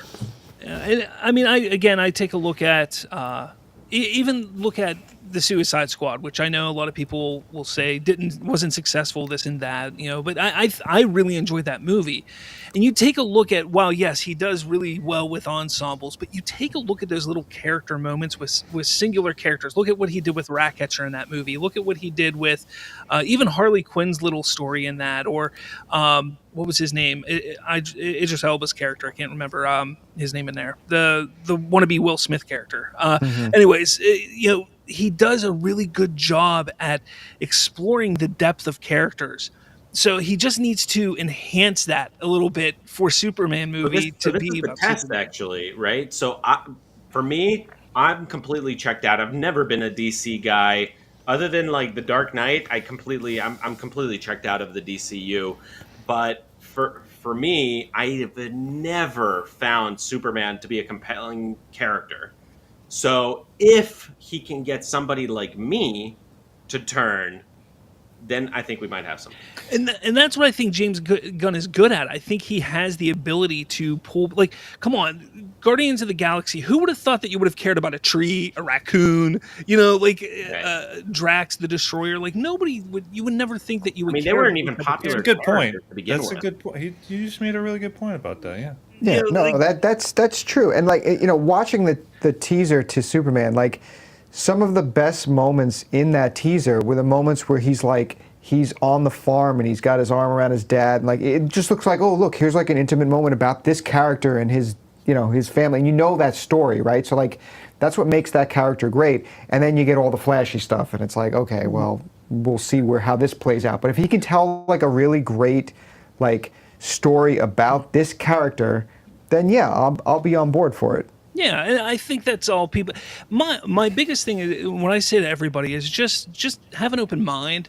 Whether you like James Gunn or not, whether you are sick and tired of DC or not, just have an open. I think you need to just have an open mind with this, because I think this is something different than what we've ever seen before. Yeah, I know a lot of people try to sit there and say, well, look how well the Flash did. Well, this isn't the Flash. This isn't the Flash. Was something completely different. James Gunn was not involved with that except for adding George Clooney at the end. Like, this is completely different. Which was fucking stupid. Yeah. I tried to get Christian Bale into that, by the way. Kind of funny. And he's like, what? Fuck no.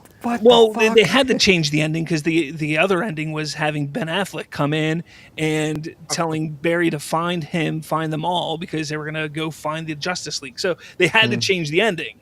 So he was like, bring George Clooney in. Yeah. They couldn't bring Val Kilmer in because, well, you're not getting a sequel, bro. I actually think the Flash movie wasn't as bad as people made it. I think Kyle, it's time to leave the conversation. Dude, I'm with Kyle on this.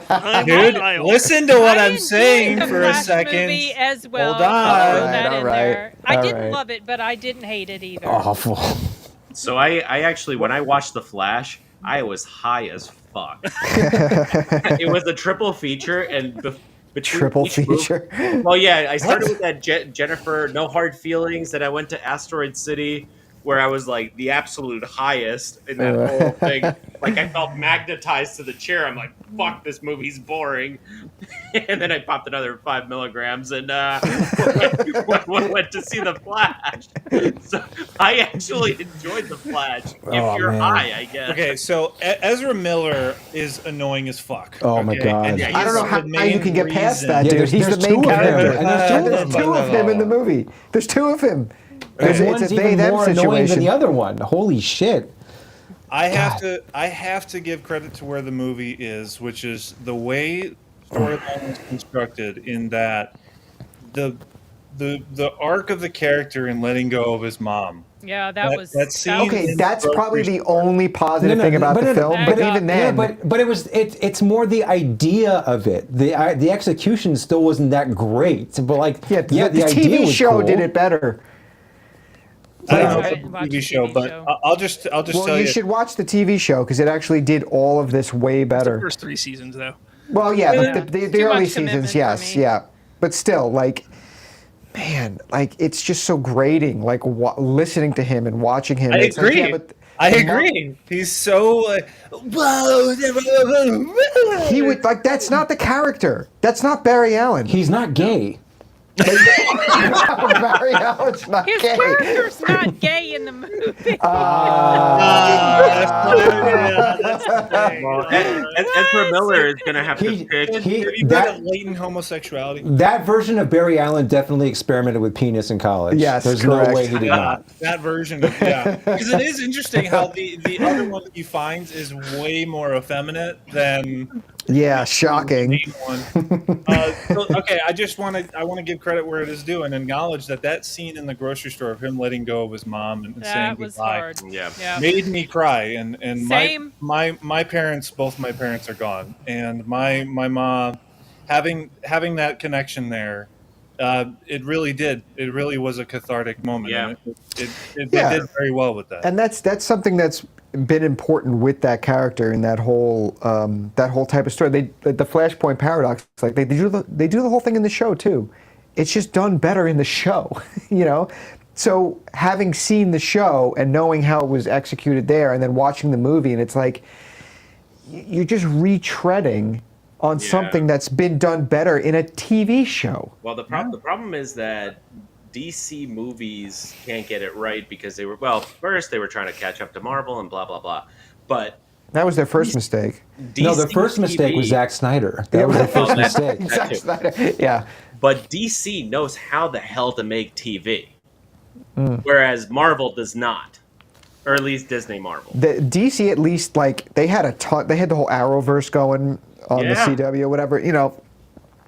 I actually love Smallville. I watched that religiously. Okay, there's a disagreement between me and Bob. No, but this is going back a long time. But Legends of Tomorrow and The Flash. I enjoyed all of those shows. They were fun. They were stupid, but they were actually very fun and enjoyable.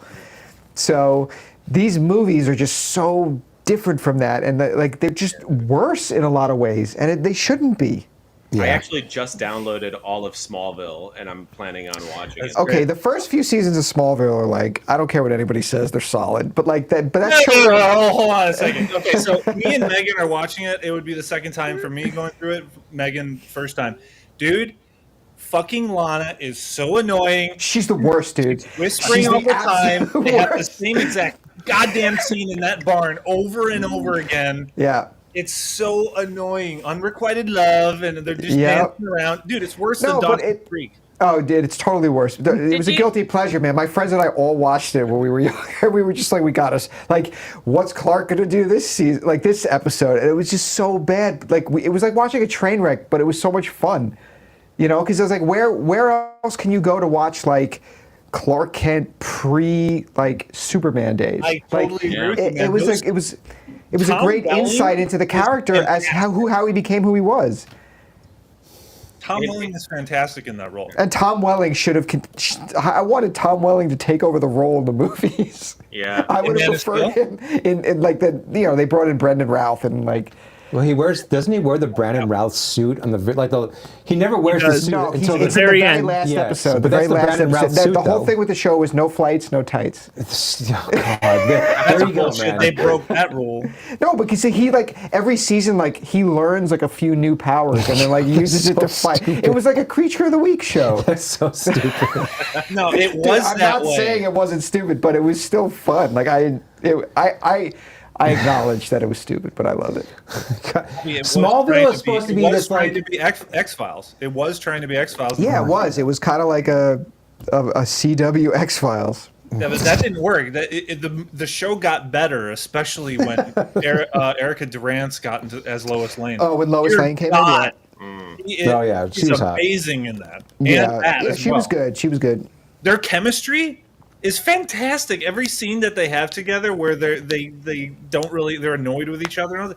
It goes back to It Happened One Night. The classic. Oh, and the long romance, but damn, they do it well. Michael Rosenbaum, fucking fantastic, and Jonathan Glover. Jonathan Glover, every scene he was in, he stole. He was fantastic as Lionel Luthor. I think they overplay his character. Yeah, but okay, come on. For a CW TV show, they were fantastic. I will defend this show. I don't care.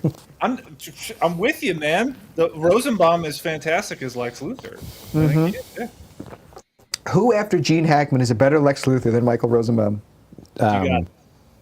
Jesse Eisenberg. Yeah, Jesse Eisenberg. Wait, I got it. Kevin Spacey. Kevin Spacey. There you go. Luthor in this one, in the upcoming one. I'm joking. Nicholas Hoult is in the new one. Okay, I mean, look, Nicholas Hoult is a very capable actor. He's great. I'm looking forward to see what he does with the role, but I mean, I just hope he's not like a fucking Jesse Eisenberg. He's a good actor. He was excellent in Nosferatu. Oh yeah, he was the best part of Nosferatu. Yeah. He was not good in The Order, despite what you guys thought. I wasn't there for that mystery movie night, but I would have told you that Nicholas Hoult was bad in that role. Really? Yeah. That's shocking. He did the no eyebrow acting thing. Oh God. Oh, that's right. Yep. He talked about in an interview recently where he got a note from a director or a tip from a famous director that said, "Do the scene. You're acting too much with your eyebrows. Don't do." And for some reason, he decided to take that stylistic choice and put it into a movie about him being a white supremacist, where he delivers this impassioned speech about how they need to rise up against the government, yada yada. And he's not moving any eyebrows or like moving his eyelids hardly at all, and it's just he's robotic in that role. It doesn't work.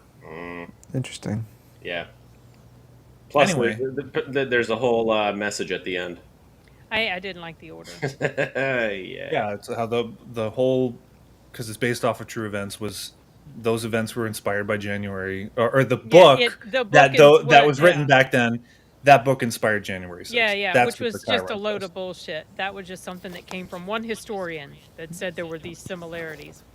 Right. And he was not at all biased. Right. Just saying, Yeah, right? Sure.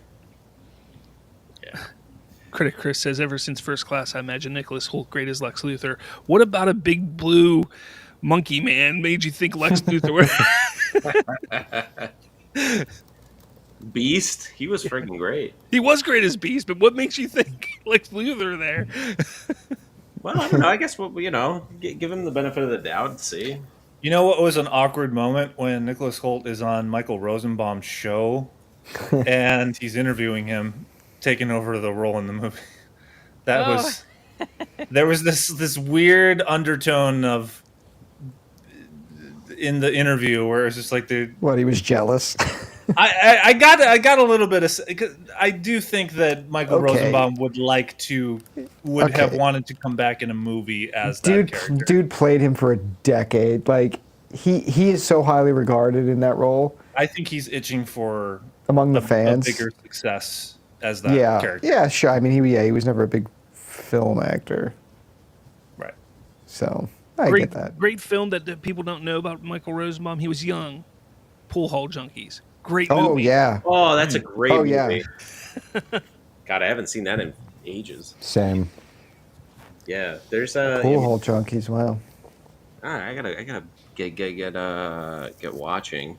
I've been watching way too many shows. Too many Tyler Sheridan shows. I mean, yeah, I finished Tulsa King. That was all right. Then I kind of just got hooked into Timothy Chalamet. Apparently has a sister. I was completely fucking unaware, and she's in a show on HBO, which is it's okay. It's Mindy Kaling's show. It has then it ought to be really great. Yeah, I'm automatically not going to check that out because of that. I have to check that out immediately. It's a guilty pleasure. It's fine. First few episodes, it takes a while for it to get off the ground, but otherwise, it's entertaining. I finished Cobra Kai finally. Oh, I still got one season to go on that. Yeah, And now we got the movie coming. Oh, that's Karate right. Kid Legends. Yeah. Do you know if that ties into the show at all? It does. Yes. It takes place like a year or two after the show, I think. Okay. Have you watched any of the show? I've seen the first 2 seasons. I mean, it's like downright atrocious, but I fucking love it. Well, his face is cool. Zaba? Yeah, he's great. Yeah. He's amazing in it. He's the best part about the show. Yeah. He's the best part of that. Oh, he's so good. Yeah. And they bring back all the characters from the movie. Yeah, he's from just the movies, from all 3 movies. I'm like, that's me when he talks. Yeah. I'm like, that's me. That's basically He it. speaks for me. Is that the blonde guy? Yeah. Yeah. I will admit that, and you'll probably chastise me for this, but I've not seen any of the Karate Kid movies, but I did see the season 1 Dude. of Cobra Kai. But it was a while no. ago. You cannot watch that show without watching the movies first. I'm familiar with at least some the of the first one. No, I'm but like familiar with the way it goes. they bring back characters from every movie. There were 3 Karate Kid movies. Well, 4 if you count No. the There's no 4th Bring fucking back Karate Hilary Kid movie. Swank. There's 3 Karate Kid movies with LaRusso, and all characters from those movies come back. Yeah, like Terry Silver comes like back. Terry Silver yeah. from the 3rd movie. Yeah. Mike, the kid he's training in that one, comes back. Yeah. The bad guy from Karate Kid 2 in Japan, in Okinawa, he comes back, and now he's like a good guy, and Daniel doesn't know how to treat him because he's. Yeah. It's so good. That's the very definition of a guilty pleasure. Oh, yeah, and it's like the good best TV. way to Not do, really, like- but it's fucking great. No, it's just so great, like seeing them bring these characters back, and the fun stuff they do with them, you know? Yeah. No matter how cheesy it is, it's just enjoyable. Yeah, it's cheesy, but it's so much fun. Yeah. And then the kids are all in it, and they're all annoying as shit. Like That's I couldn't take it. LaRusso's daughter is like just fucking a chore to watch. But She's like, not a very good actor either. But no, there's a lot of those bad kids acting sucked. in the show, Yeah. but you kind of after a while you just get used to it. And you're like the acting sucks, but like, but it's just fun. Beetle. Yeah. I think wasn't it Nadia? Yeah, I don't think he's. I don't think he's bad. Wasn't it Nadia who said that the Cobra Kai show became too high schooly? It did. It's very high schooly. Very high school. Yeah, that's the Especially in, annoying thing season about it. 4. That chick that comes in there, Yeah. the blonde girl, I cannot stand her face. Oh yeah. Wait, If it just not like focused her. on like Johnny and Daniel, like That's where it where should have been. that's what's the best part about it. But then all their kids get involved, and it just goes back and forth, like them changing. Who's changing sides? Who's with Cobra Kai now? Who's with like on Miyagi Dojo side? And they just keep every season, like every character just like changes sides. It's ridiculous. It's like a freaking soap opera, but it's totally still a soap opera, but it works. It does work, oddly enough. Yeah, so I think they're splitting this final season into three parts. What? 3 parts? Yeah, so part I 2 haven't- just Have 2 ended. parts already played? Yeah. So the there's third part comes out, I think, in 2 weeks? Oh god, Yeah, something like that. Yeah, I gotta watch it all.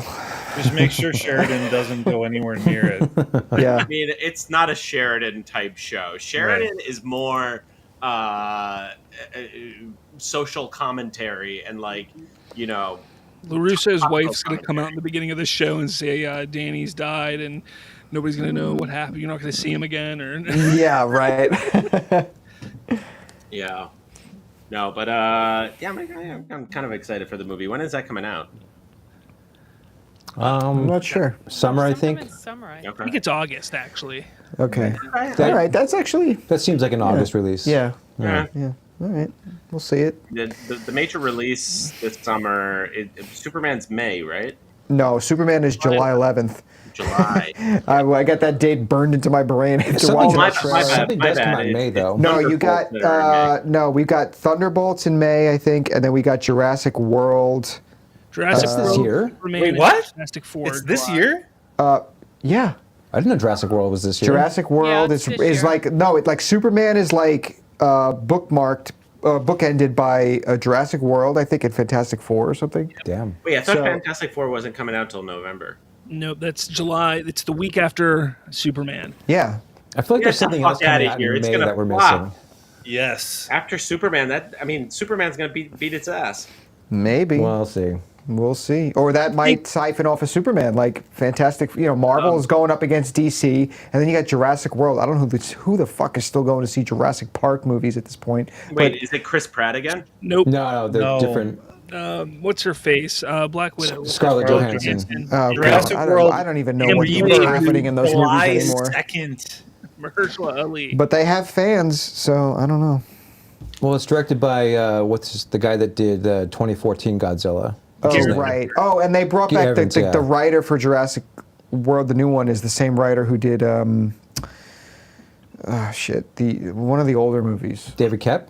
I think it's David Koepp. Yeah, it is David Yeah, Koepp, David yeah. Koepp's coming back to do. He did the first two. He did So, I don't know. I mean, they'll make money, but it's like they're right up against Superman. So people at this point are going to be like, well, which one am I most interested to go see? Because most people don't go to like back-to-back movies anymore. So, I mean, well, if I have time, I usually do. well, I don't pay for the second movie.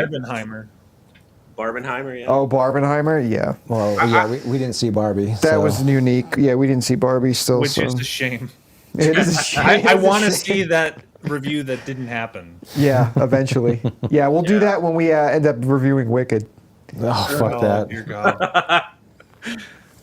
My daughter, Academy nominating that movie. That's okay. Yeah, can we talk about the fucking Oscar nominations a little bit? Yeah. Like, fucking Wicked.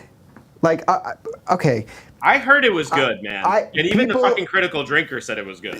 Yeah, which is like, okay, fine. I mean, I'm not going to watch that movie because Even Ben Shapiro said it's good. Yeah, Shapiro. Okay.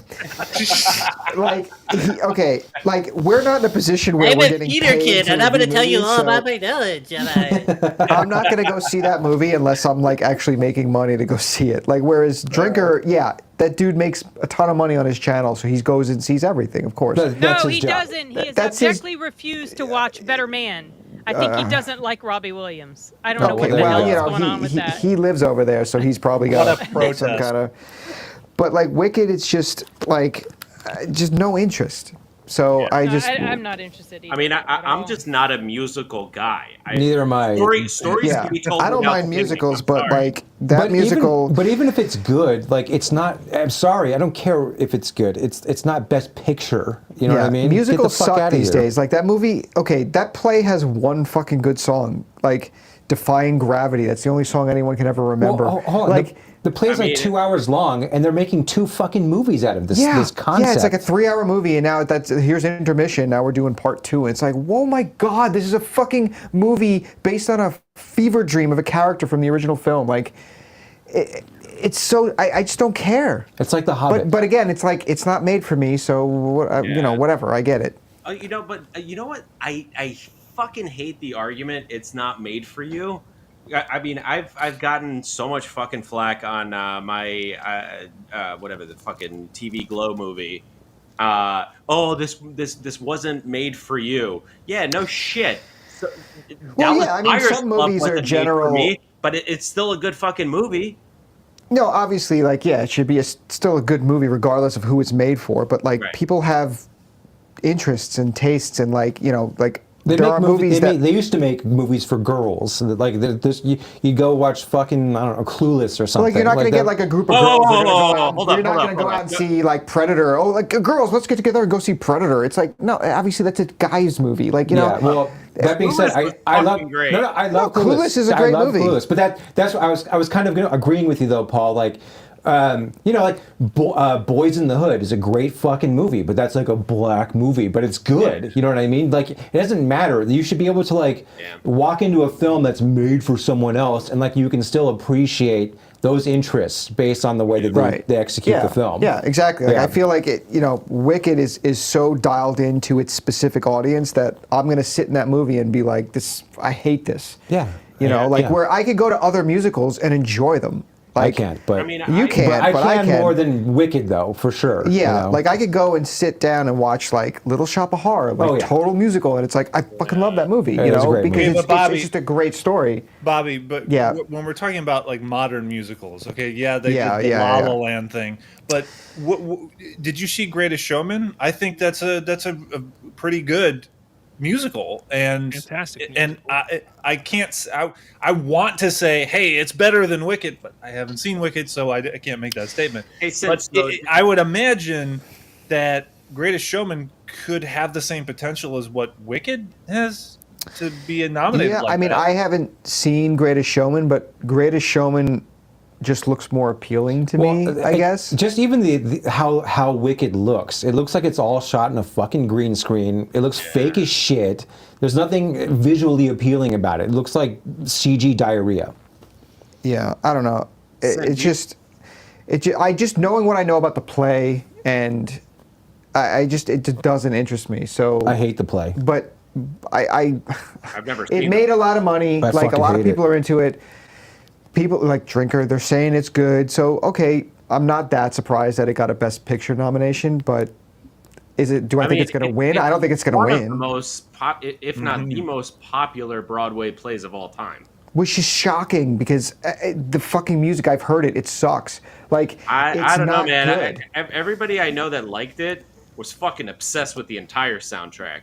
Dude, it's okay. You want to compare that shit to like actual great I've never musicals? Seen it, so I have no fucking idea. It's the music sucks. There's nothing memorable about it.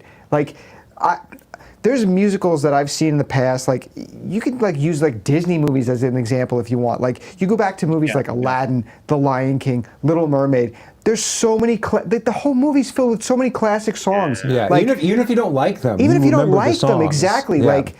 And now I look at like movies, like Disney movies, and it's like, well, maybe they're lucky if they have like one song that catches. You know, like that's what Wicked is. Wicked has Defying Gravity. That's it.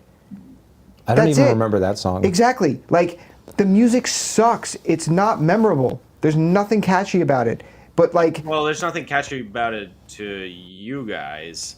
But I mean, I know it's got. Well, we're talking in the context of broad appeal. Well, exactly. I'm talking about general audience, broad appeal. Like I'm not the target audience for like musical theater, but there's a lot of musical theater that I like, and it's because the music is so good. Like Avenue Q, the internet is for porn. Dude, okay, I've seen that's a great fucking song. Avenue Q. I saw it at the Nederlander Theater. Fantastic show. Dude, I've seen Rent like 5 times off Broadway. Yeah, exactly. But you know what? So speaking of gay, it's one of the best written like shows I've ever seen. Now, do I think it like still holds up? No, but and this is like, I'm admitting this, I could recite more songs from Rent than most people could, but things were just written better. Like Wicked, it just doesn't have that same like. It doesn't catch you the same way, and the fact that so many people are into it, like that, truly like blows my mind. Like I do not understand. Like maybe they just don't know what really great musicals are, or they just never listen to them, or is it just have like a much younger audience? Yeah. Like you can go back like really far throughout the 20th century, and there's so many great musicals where every song is just solid, and this new shit, like I just don't get it. So, Sin, I don't know. I have a question just to piggyback off this whole musical talk. Did you consider Better Man a musical?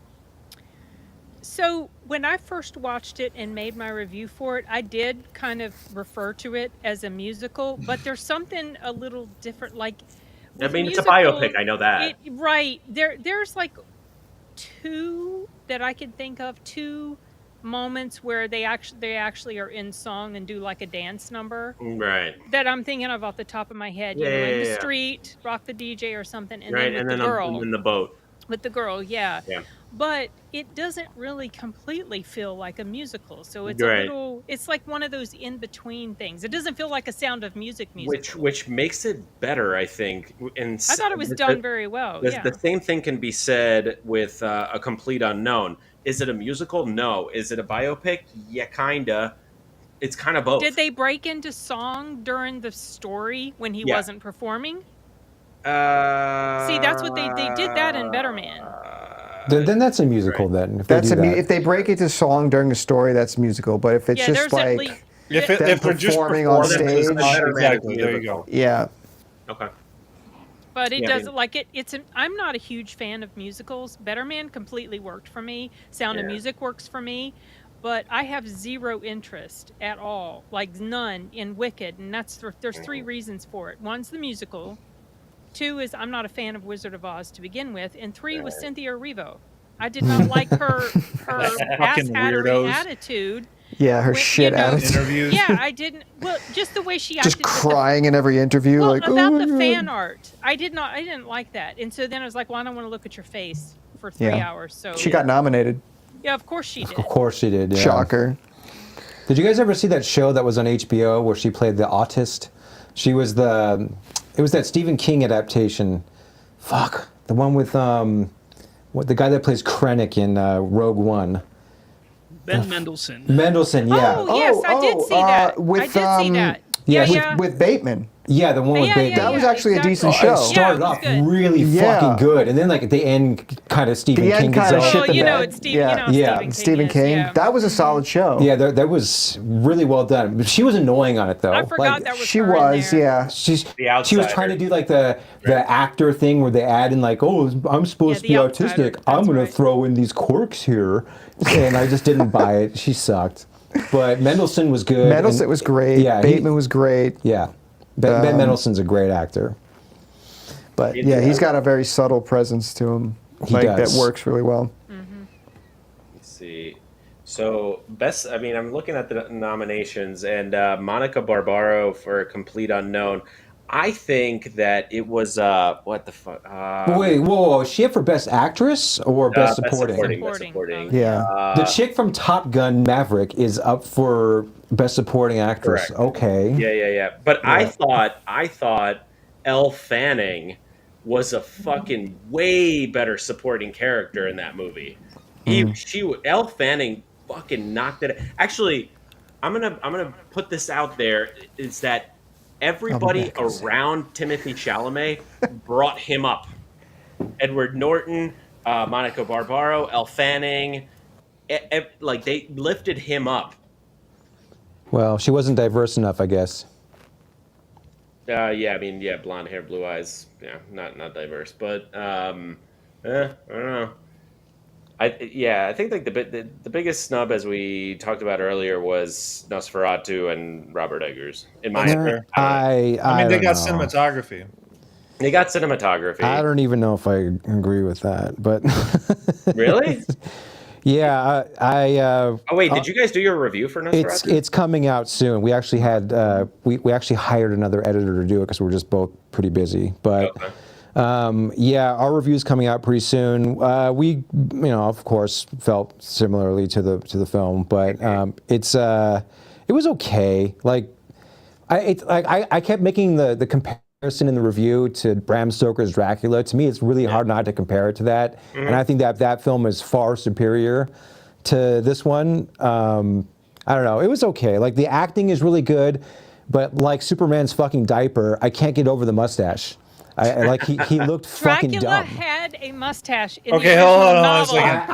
I don't. Hold on. He had a goatee, doesn't he? He had a The mustache depictions in of the the original mustache novel. of Vlad the Impaler with the mustache.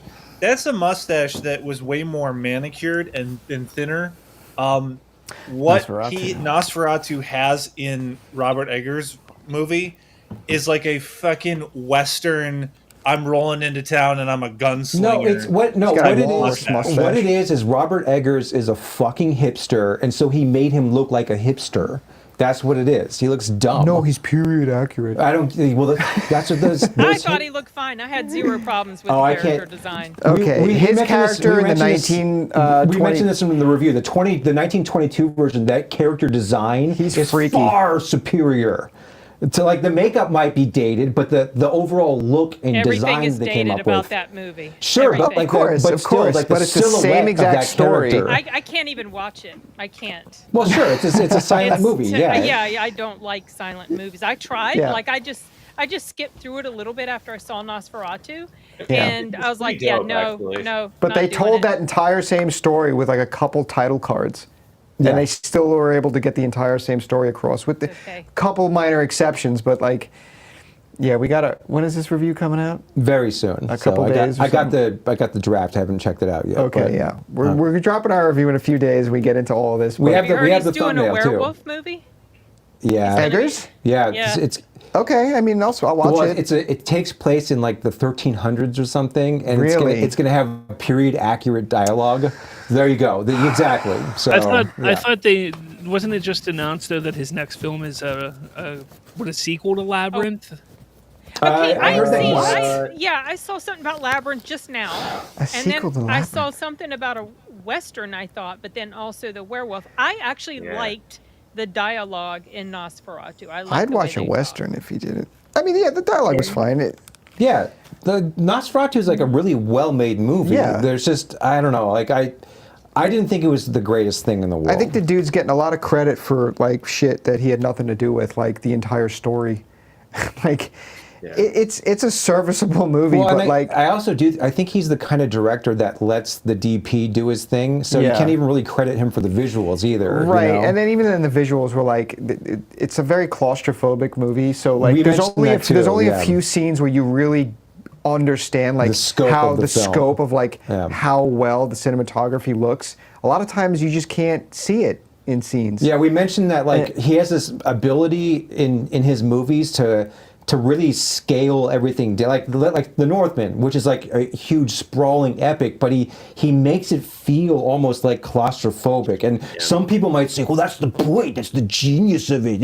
It keeps it personal. Ugh. I really just think that's the limitations of his filmmaking personally. Yeah. Like I'm not really into that. It's like the fucking that bullshit 4:3 aspect ratio. I thought we got away from that, but yeah, I don't know, hipster bullshit. That's what that's kind of my. I mean, my he is a takeaway. hipster. Yeah, I mean, He's a millennial hipster. There are great things about Nosferatu. Like Nicholas Hoult was fucking fantastic in the all movie. the And like, actors are good. the acting is great in it. Like, but he was Aaron Taylor Johnson. You know, like his character was. They gave him a lot more, considering what his character was in the original film. He kind of just like helped out a little, and it was just him and his sister, and then he's kind of an afterthought. I like that they gave him like a whole side story with his family and everything, and how it like fucked up his whole family. Like that was great. Like I wish the movie had kind of deviated more from the original film. Right. You know, like just mix things up, like change things up a little bit, because we were watching this movie, like I've seen this movie so many times, like the story's exactly the same, like nothing's surprising me. Yeah. So there was that aspect of it. Yeah, I agree. Nosferatu has become the new Star is Born. Okay. It is. Yeah. Yeah. I mean, Every well, generation, really, there's a new version. Yeah. Yeah. All right. I mean, then there's the Werner Herzog version, which I is need great. to rewatch that. That's great in its own right. Very different, but Klaus Kinski. Klaus Kinski. Yeah. Oh yeah. What are you guys targeting to release that? A couple days. Yeah, probably the weekend. Yeah. All right. Yeah. Kyle, what have you got going on? So I just released the passengers discussion. So Nice, yeah, I loved go it. and support that by liking it, sharing, and checking it out. Yeah. Yep. I think Saturday I'm gonna put out a video that's of me and Benjamin talking about an impromptu discussion about Sean Connery. Nice. Nice. Oh, okay. Yeah. Lav, what have you got going on? Other than a lot of Superman tweets. Look, my channel kind of had to make a show. I had to adapt, okay? But no, I got live shows every week. Twice a week, I got my typical live show, which is all pulp culture, on Monday, 6:30 p.m. Eastern. And then Thursdays, typically, whenever I'm not coming here, which isn't very often. I need to do it more. But Thursdays, I do what's called the Watchtower, which is just all DC talk, where I just talk DC, and that's at 8:30 p.m. So Nice. Eastern. Yeah. Cool. Nice. And Sin, what have you got going on other than Flight Risk? Is that your next review? Gonna go see that tomorrow and hopefully have a review up within the next couple days. I recently released a review for a horror movie called Oddity. That is. How is that? Oh, I actually enjoyed the heck out of it. Okay, cool. And it's not long. It's like an hour and a half. Nice. And I want to talk about it with somebody, but I obviously have to wait till somebody watches. Is it out in theaters or? So it came to theaters for like half a second. Okay. And I was sent a screener copy of it, and that's what I watched. But I know that it's on Shudder now and available. So then that means that. Yes, it does mean. But we don't need to get 2024. specific. Yes, it's already on. I just. You know, as soon as I have some free time, I think I'll do a double feature of Passengers and Oddity, because I do want to see that. I've heard good things. Oddity? Yeah. Yeah, it was. I went in not know. You know, when I first saw the poster, I thought that was Tilda Swinton at first, because it's not. I couldn't see her face, but it's an actress. She plays twin sisters. And I won't tell you much more than that, because I think it's good to go in not knowing much about the plot, which I knew nothing about it. Yeah. Maybe that's why I was so super impressed with it. Nice. Well, looking forward to that. And I'm gonna put this on my list because all of Sin's recommendations, you're undefeated. Oh boy. You're the pressure just Ohio goes up State every time you say that. Have you seen recommendation. Warrior yet? I haven't seen Warrior yet. Dude, watch that. Yeah. Watch Oh, it. see, you got multiple people telling you. Yeah, so I've got a couple of videos coming, which I just recorded. I need to edit. One was a tiny little bit of a tribute to David Lynch, and that's going to be a bitch and a half to edit because I talk about a lot of different references. And then I dive deep into comparing Neo and Socrates. The Matrix. That's going to be a fun one. Yeah. So, that's about it. Very happy New Year 2025. Very cathartic. I have been loving every second of this year and especially this week. So It's been great. Yeah. Till the next one. All right. Been All right, good to guys. see you guys All on. right. Yeah. See you guys. See you guys. Take it Bye, easy. everybody. See ya. Cheers.